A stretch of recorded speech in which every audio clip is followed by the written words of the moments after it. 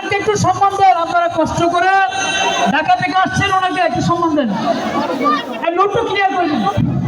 সম্মানিত উপস্থিতি, হুজুর নিজে বলছে আপনাদের সাথে মুসাফা করতে পারলে ওনার জন্য ভালো হইতো।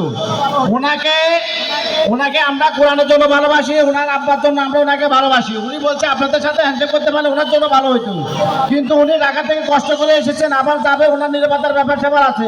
এই জন্য হুড়োহুড়ি করলে তো উনি যাইতে পারবে না। তাহলে উনি বলবে যে চট্টগ্রামের মানুষ ভালো না। দয়া করে মেহরবানি করে ওনাকে যেতে, নিরাপদে যেতে সুযোগ করে দিন। দয়া করে মেহরবানি করে যেতে ওনাকে সুযোগ করে দিন। ভলেন্টিয়ার ভাইরা সামনে আসেন, স্বেচ্ছাসেবক ভাইরা সামনে আসেন, স্বেচ্ছাসেবক ভাইরা সামনে আসেন, স্বেচ্ছাসেবক ভাইরা সামনে আসেন। ওনার আগে পিছিয়ে ব্যারিকেড তৈরি করুন, হুজুরের আগে পিছিয়ে ব্যারিকেড তৈরি করুন।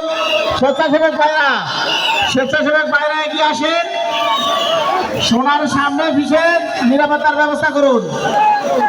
সম্মানিত ভাই সব, আপনারা কেউ হুড়োহুড়ি করবেন না, আপনারা কেউ দয়া করে মেহরবানি করে হুড়োহুড়ি করবেন না।